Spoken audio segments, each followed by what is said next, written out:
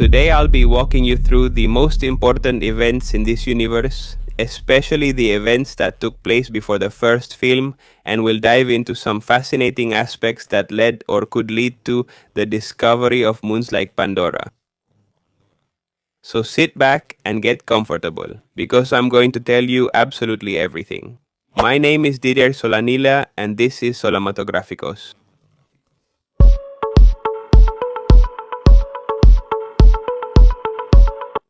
The first Avatar film places us in the year 2154, a point in history where humanity has developed the technology for travel and interstellar exploration, thanks to inventions like cryosuspension and the antimatter engine.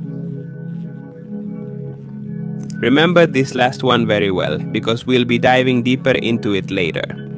So it was that previously in the year 2129, that is 25 years earlier, the private company known as the Resources Development Administration, or RDA for short, makes the most important discovery humanity has ever made: Pandora. Pandora is the fifth and only habitable moon of the planet Polyphemus, a gas giant very similar to Jupiter. The planet Polyphemus is part of the Alpha Centauri star system, a triple solar system made up of three stars: Alpha Centauri A, Alpha Centauri B, and Proxima Centauri, which stands out as the solar system closest to our Sun at about 437 light years from Earth.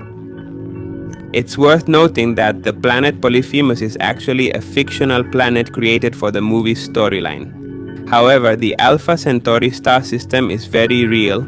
It exists in real life and has been studied extensively by modern cosmology. And it is indeed made up of three stars, making it a triple solar system. But that's a bit outside the scope of this video, so let's get back to the story. Even though life thrives on Pandora's surface, including intelligent life forms like the Na'vi, the environment is extremely hostile to humans. Pandora's atmosphere is dense and rich in oxygen, but it also contains carbon dioxide, methane, and ammonia, elements that become toxic to humans at high concentrations. On top of that, its gravity is about 20% lower than Earth's, which can quickly lead to rapid deterioration of muscle mass in the human body and consequently a loss of strength and mobility. This combination of lower gravity and a dense atmosphere rich in oxygen is a key factor that allows Pandora's flora and fauna to reach colossal sizes compared to those seen in Earth's biosphere. Pandora tends to be warm and humid, with oceans on its surface, impressive rock formations, floating mountains, and its characteristic sprawling bioluminescent jungles, which are the most common biome found across its surface. The Na'vi are the dominant native species and the only intelligent species on Pandora. Humanoid beings with a bluish hue and feline features, who worship and pay tribute to their goddess Eywa. Eywa is the only known deity in Na'vi culture. She represents the balance and interconnection between all sentient beings. The lifestyle of the many Na'vi tribes is heavily influenced by their religious beliefs in Eywa and her three fundamental commandments. You shall not place rock upon rock, meaning you shall not build. You shall not use the spinning wheel, meaning you shall not use the wheel, and you shall not mine minerals from the ground. In other words, mining in Na'vi culture is strictly forbidden. This gave way to a hunter-gatherer society that, despite being an even longer-lived race than humanity itself, closely resembles the early stages of human civilization and shows no interest in technological advancement, as their religious laws drive them toward a primitive way of life. Even though the Na'vi live a rudimentary life, their anatomy is incredibly advanced. They have lean, strong bodies, a skeleton reinforced with carbon fiber, and a braid-like extension that allows them to neurally connect with other species in their environment. This last evolutionary trait in particular is a characteristic induced by the type of vegetation found on Pandora. The planet's flora has the ability to interconnect through electrochemical links in the roots of certain tree species, forming a data network similar to the neural network of the human brain. Basically, a planetary scale consciousness, a sentient being that the Na'vi conceive as their goddess Eywa. a very different perspective on deity than what human cultures propose, where gods are usually represented as physical and tangible beings. This capacity of Pandora's forest is what later induced in the various animal species adaptations of neuroconnectivity, which in turn reinforces the Navi religion, since traits of their physiology, like their neural braid or twin as they like to call it, is proof of how their goddess has influenced the process of creation of their people and all species on Pandora, with Eywa being a kind of architect who drove the evolution and anatomy of all, granting these capabilities to the species. This not only allows the Navi to connect with other species, but thanks to the neuroelectrochemical properties of Pandora's trees, the Navi are able to store and access memories, as if the trees were data servers containing the memories of every Navi generation that has ever lived, storing centuries of experience and knowledge that can be useful for daily life or the advancement of the Navi people. Now, why do humans have such a strong interest in Pandora's resources? Pandora is exceptional not only for its fauna and flora, but also for the minerals found beneath the planet's surface, especially unobtainium.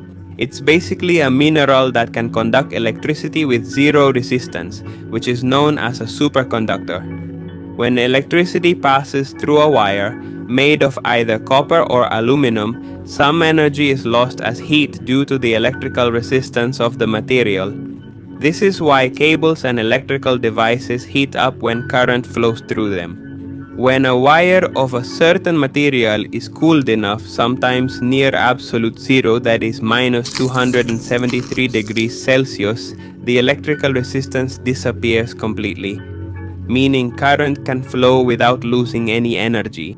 A circuit like this, a superconductor, could theoretically maintain a current forever without the need for a battery. This is where the magic of unobtainium lies, being a superconductor even at room temperature. Implementing this material in electrical circuits quickly led humanity to an energy revolution spearheaded by the aforementioned RDA, an agency which was not only a leader in space exploration, but also in mining and resource extraction.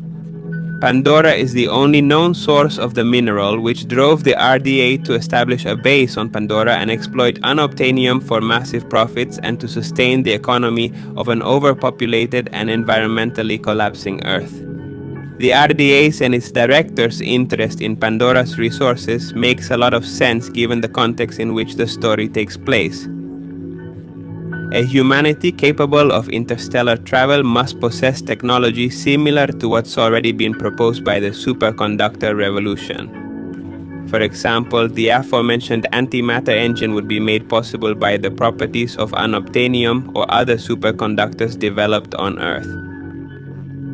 This type of engine, which is theoretically possible thanks to modern physics, is capable of reaching speeds close to 40% of the speed of light, which makes possible the invention of ships specialized in interstellar travel, like the ones we see in the film. Superconductors would not only impact the way we build electrical circuits, but would also drive new technologies in the field of neuroscience.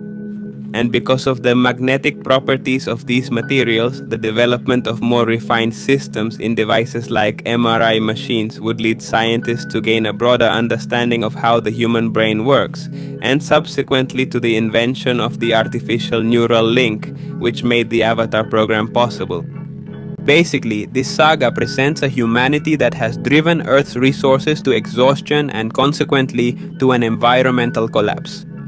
Within this environment, governed by large capitalist companies like the RDA, who see this as an opportunity to amass an even greater fortune than the one they already have, the superconductor revolution occurs as a result, which represents not only a major technological breakthrough, but also a ray of hope for the human race, as it would eventually lead to the construction of the first ship capable of intergalactic travel.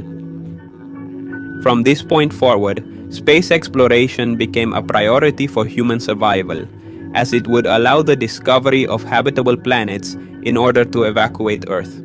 Conveniently enough, the RDA would discover Pandora, a moon whose resources would make space exploration sustainable, thanks to its exceptional assets like the already mentioned unobtainium. Going back to the Avatar program, a human pilot's mind is transferred into a Na'vi body. Even though this isn't explicitly shown in the film, the neural connection between a pilot and their avatar is similar to what the Na'vi experience when connecting with Eywa and other species on Pandora, which further reinforces just how incredibly advanced Pandoran biology really is. The Avatar program was created with the hope of bridging the gap between humans and Na'vi, giving humans more familiar traits that the Na'vi could relate to. And for a time, this helped both factions coexist and learn from one another. However, the RDA's deforestation and mining activities on Pandora increased the resentment of the Na'vi towards humans, who now represented an invasive species, causing irreversible damage to the planet's ecology. Creating an avatar is an extremely expensive and meticulous process, as each avatar is genetically designed to be compatible with the DNA of a specific human operator, allowing that human to control it remotely through a neural connection. This brings us to the protagonist of the first film, Jake Sully, who, at the request of the RDA, took his brother Tommy Sully's place in the Avatar program following his brother's murder. The avatar we see Jake using was actually designed for his brother, who had become an RDA scientist. However, since they are twins, Jake's genome is compatible with his brother, Tommy's avatar. Avatars are basically hybrid beings created with DNA from both humans and Na'vi. However, whether the Na'vi DNA used in the process is real or synthetic remains a mystery within the franchise. As we know, the RDA most likely has tissue and blood samples from the Na'vi species in their labs.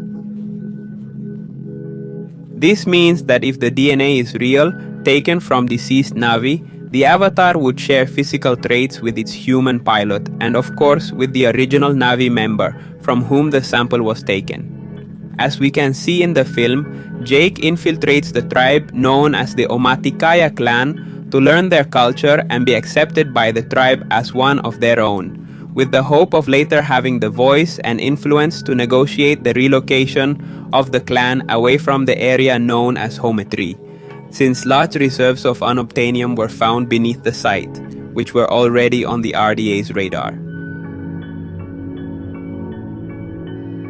However, Jake grows fond of the Na'vi people and their philosophy of life, developing a romantic bond with Neytiri, a native of the Omaticaya clan who was destined to become the clan's next spiritual leader, thus joining the Na'vi resistance against the humans, now bearing the title of Toruk Magto, that is the rider of the last shadow, the alpha predator of Pandora's skies, also known as the Great Leonopteryx. Once the Na'vi win the battle against the RDA's military forces, thanks to the intervention of Eywa, Jake permanently transfers into his avatar to begin a new chapter in his life as the leader of the Omaticaya clan. And well guys, that's how we reach the end of this video, explaining a bit about the Avatar universe.